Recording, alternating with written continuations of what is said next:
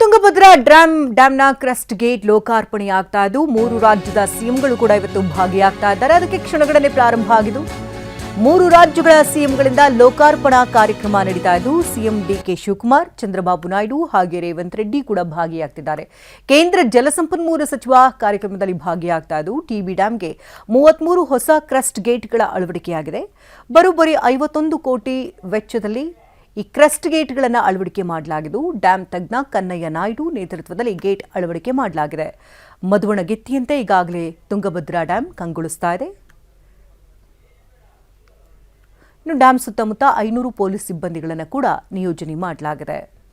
ಇನ್ನು ತುಂಗಭದ್ರಾ ಡ್ಯಾಂನಿಂದ ನಮ್ಮ ಪ್ರತಿನಿಧಿ ವಿನಾಯಕ್ ನೋಡಿರುವಂತಹ ಒಂದು ಪ್ರತ್ಯಕ್ಷ ವರದಿ ಇಲ್ಲಿದೆ.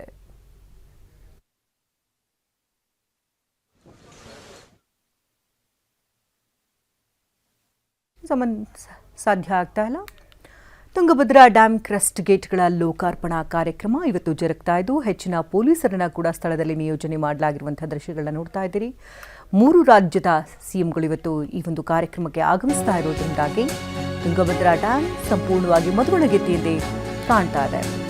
ಇನ್ನು ತುಂಗಭದ್ರಾ ಡ್ಯಾಂ ಕ್ರಸ್ಟ್ ಗೇಟ್ ಲೋಕಾರ್ಪಣೆಯ ಹಿನ್ನೆಲೆಯಲ್ಲಿ ಮಾಜಿ ಸಿಎಂ ಸಿದ್ದರಾಮಯ್ಯನವರಿಗೆ ಆಹ್ವಾನಿಸದೆ ನಿರ್ಲಕ್ಷ್ಯ ತೋರಿದಂತ ಆರೋಪ ಕೇಳಿ ಬರ್ತಾ ಇದೆ.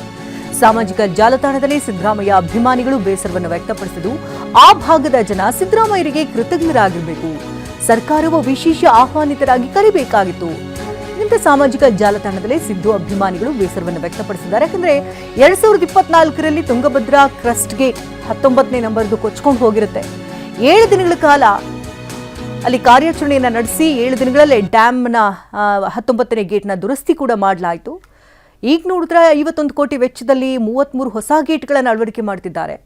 ಇದಕ್ಕೆಲ್ಲ ಕಾರಣೀಭೂತರಾದರೂ ಸಿದ್ದರಾಮಯ್ಯನವರು. ಹಾಗಾಗಿ ನಾವೆಲ್ಲ ಅವರಿಗೆ ಕೃತಜ್ಞರಾಗಿರಬೇಕು. ಆ ಭಾಗದ ಜನರು ಶಾಶ್ವತವಾಗಿ ಸಿದ್ದರಾಮಯ್ಯನವರಿಗೆ ನಾವು ಕೃತಜ್ಞರಾಗಿರಬೇಕು. ಸರ್ಕಾರವು ಕಾರ್ಯಕ್ರಮಕ್ಕೆ ಅವರನ್ನು ವಿಶೇಷ ಆಹ್ವಾನಿತರನ್ನಾಗಿ ಕರಿಬೇಕಾಗಿತ್ತು. ಆದರೆ ಈ ರೀತಿ ಮಾಡಿದ್ದು ನಿಜಕ್ಕೂ ಕೂಡ ಸರಿಯಲ್ಲ. ಸರ್ಕಾರಕ್ಕೆ ಈ ದೊಡ್ಡತನ ಕಾಣ್ತಿಲ್ಲ ಅನ್ನೋದು ವಿಷಾದನೀಯ ಸಂಗತಿ ಅಂತ ಸಾಮಾಜಿಕ ಜಾಲತಾಣದಲ್ಲಿ ಸಿದ್ದರಾಮಯ್ಯ ಅಭಿಮಾನಿಗಳು ತಮ್ಮ ಬೇಸರವನ್ನು ವ್ಯಕ್ತಪಡಿಸ್ತಾ ಇದ್ದಾರೆ.